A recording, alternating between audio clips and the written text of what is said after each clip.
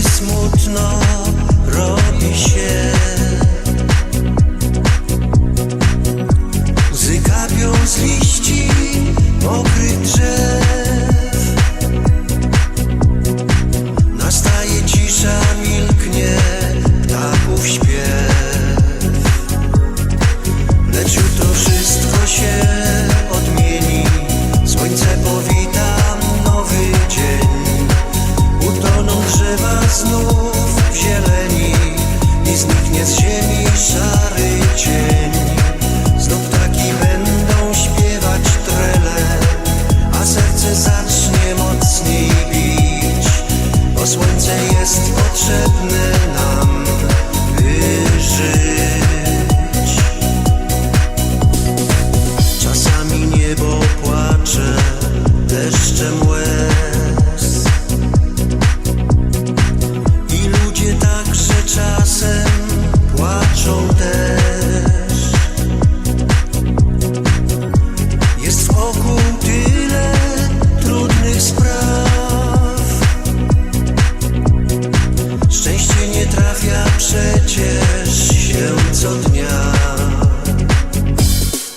Lecz jutro wszystko się odmieni. Spójrzmy inaczej na ten świat i może wśród słońca promieni znajdziemy szczęścia mały kwiat. Znów ptaki zaczną śpiewać trele, a serce zacznie mocniej bić, bo słońce jest potrzebne nam, by żyć. Lecz jutro wszystko się odmieni. Słońce powita nowy dzień. Utoną drzewa znów w zieleni i zniknie z ziemi szary cień. Znów ptaki będą śpiewać trele, a serce zacznie mocniej bić, bo słońce jest potrzebne nam, by żyć. Do szczęścia tak niewiele trzeba nam i zaraz z oczu zniknie gorzka łza. Lecz jutro wszystko się odmieni. Słońce powita nowy dzień. Utoną drzewa znów w zieleni i zniknie z ziemi szary cień.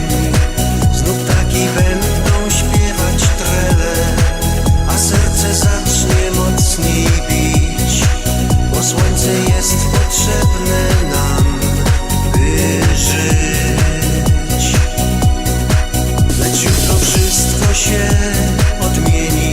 Spójrzmy inaczej na ten świat i może wśród słońca promieni znajdziemy szczęścia mały kwiat.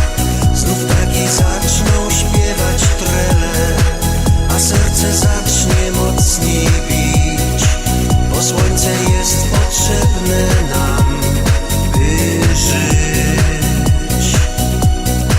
Bo słońce jest potrzebne